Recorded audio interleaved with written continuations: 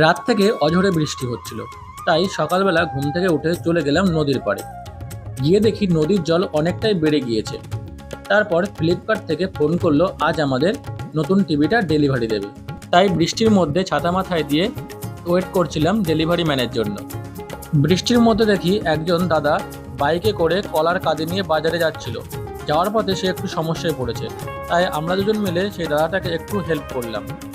তোমরা যদি দেখো এভাবে রাস্তায় কেউ কোনো সমস্যায় পড়েছে, আশা করব তোমরাও এভাবে তাদেরকে নিশ্চয়ই সাহায্য করবে।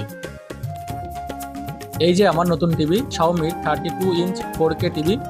তো আমাদের আগে যে টিভিটা ছিল সেটা নষ্ট হয়ে গিয়েছিল, তাই আবার নতুন করে এটা আমাদের কিনতে হলো। বৃষ্টিতে মাঠে চারিদিকে সব জল জমে গিয়েছে। চলো বাড়িতে গিয়ে তোমাদের টিভিটি আনবক্সিং করে দেখাই। টিভিটি বগল দাবা করে নিয়ে চললাম এবার বাড়ির দিকে।